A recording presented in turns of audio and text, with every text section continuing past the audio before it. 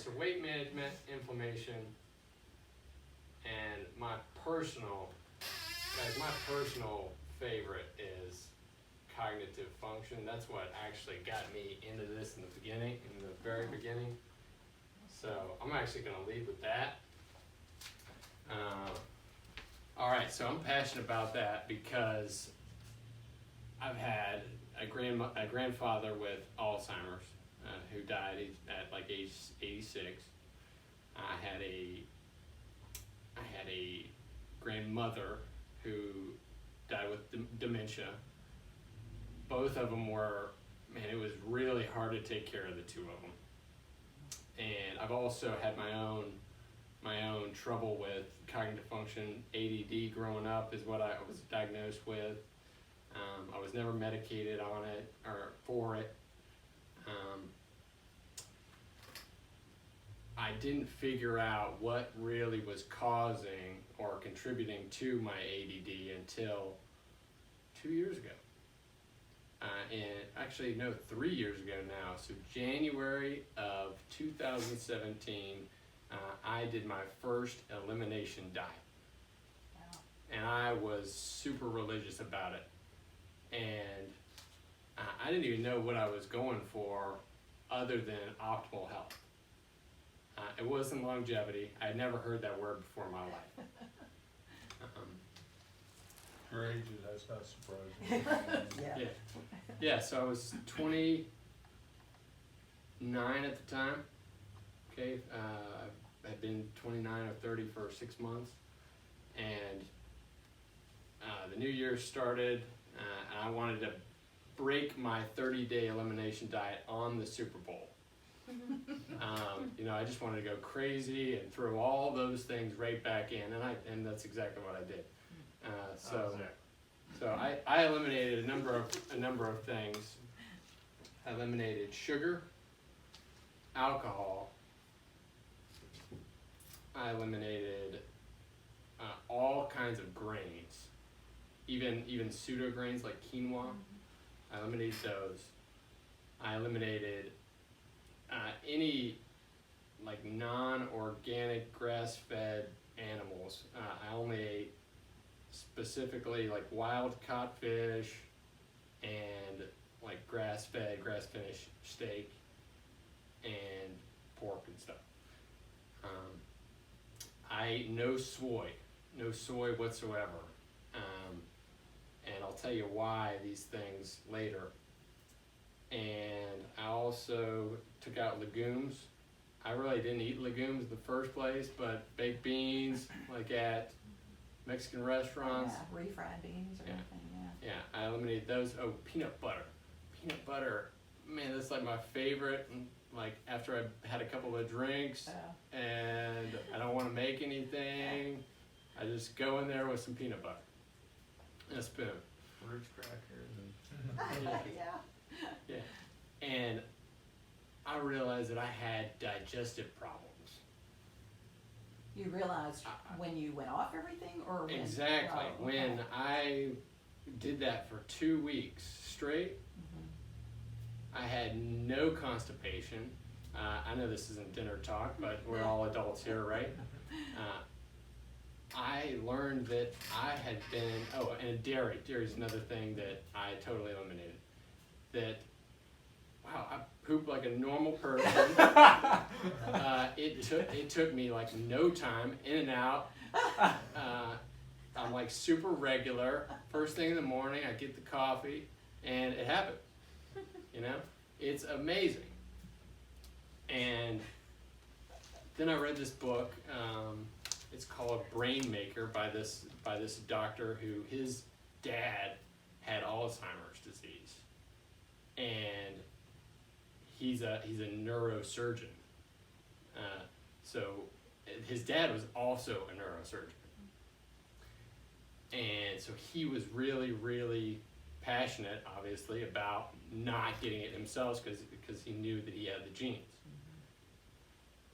And so that was the second thing that I did, was read this book. And with the digestive problems that I no longer had when I did this elimination diet, then I discovered that, oh my gosh, my gut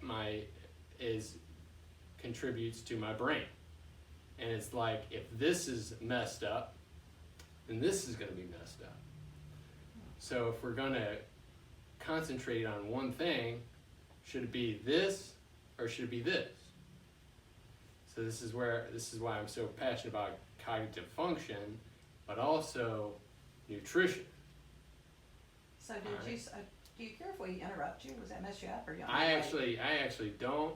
Oh, okay. So yeah, go ahead. I was just gonna please. say, did you realize within a short period of time, other than the pooping, did you realize any benefits to like what your ADD, or any of that by changing what you were eating or eliminating things? Or was that a longer term thing to discover?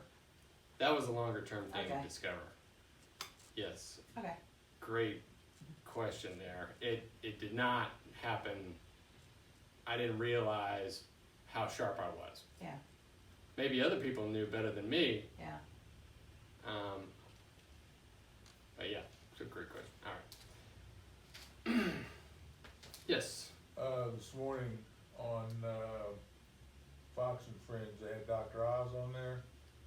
Did you see that? I heard about that, yeah. Well, Dr. Oz has become a big believer in elimination diet, All right. and he's promoting it.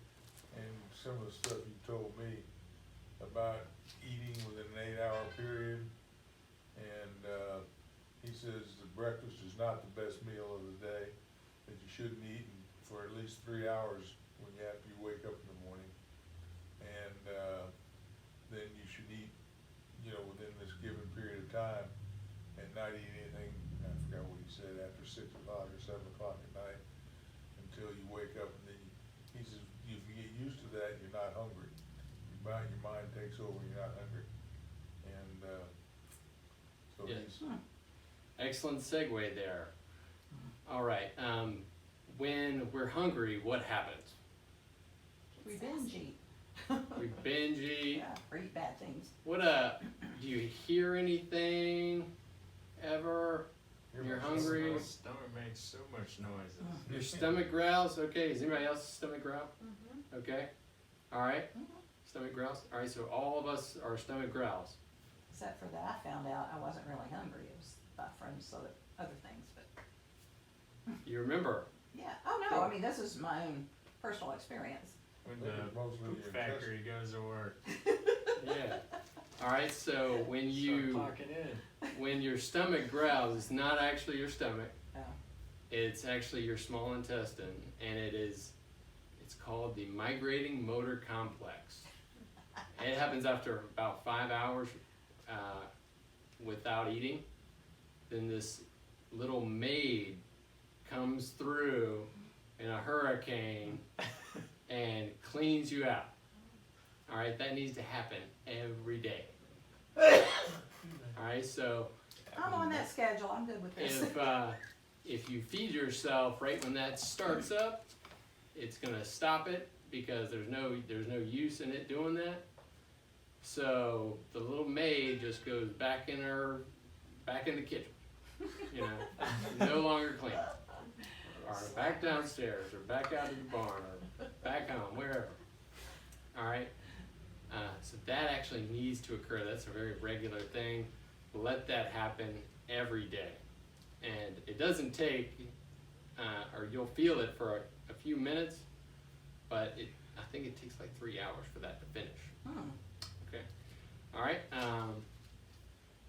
Okay. So, Dad, that was an intermittent fasting protocol. All right. You're talking about Dr. Oz. All right. Has anybody else heard of intermittent fasting? All right. Fasting, but I don't know about intermittent. Okay. Does the word fasting make anybody uncomfortable? Does it scare anybody? Does that sound like craziness? No, it just sounds like hard work. Okay. sounds Okay. like being hungry. It sounds like Being hungry? denying Yeah. yourself the things that you love. Okay. Is there anything wrong with that? Oh, I'm just kidding. You don't have to answer that. You don't have to answer. That's rhetorical. Okay. I'm just messing with you. All right, Cause I messing know with you. Okay. Alright. Okay. So, let's get back to the cognitive function thing.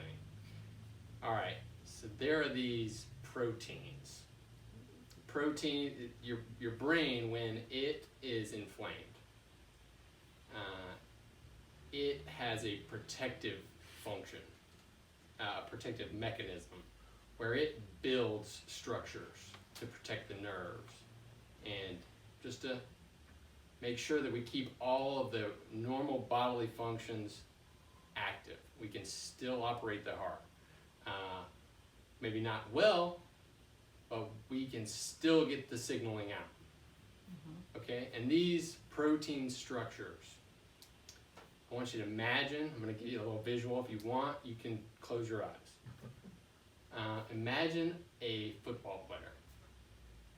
All right, he's got no pads on, and he starts putting pads on, and he puts on his full uniform, and he is as good a football player as he could possibly be in that moment, with the standard issue pads. And so this is the brain normally. Well, when the brain has to protect itself, this is like that football player putting on extra pads, extra weight. He can no longer turn.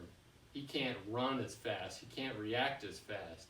He can't see a ball if it's being thrown at him because he's got two helmets on or whatever, a visor, or he's got this neck roll, that linebackers wear that protect the neck. He's got to go like this to be able to see anything up there, right? And so that's the brain's mechanism. That's like the brain protecting itself, adding on those pads, okay? Well, that is Alzheimer's. That's what Alzheimer's is the overgrowth of those proteins. Those proteins are called amyloid beta, right? And if you don't know, Alzheimer's disease is a form of dementia, all right? I am very passionate about those two subjects, and I want to make sure that I avoid that. And anybody here in Hartwell, I want to educate them on that, right? So that comes from when your brain is bombarded with inflammation, all right? Now I have to explain inflammation, otherwise this doesn't really make sense.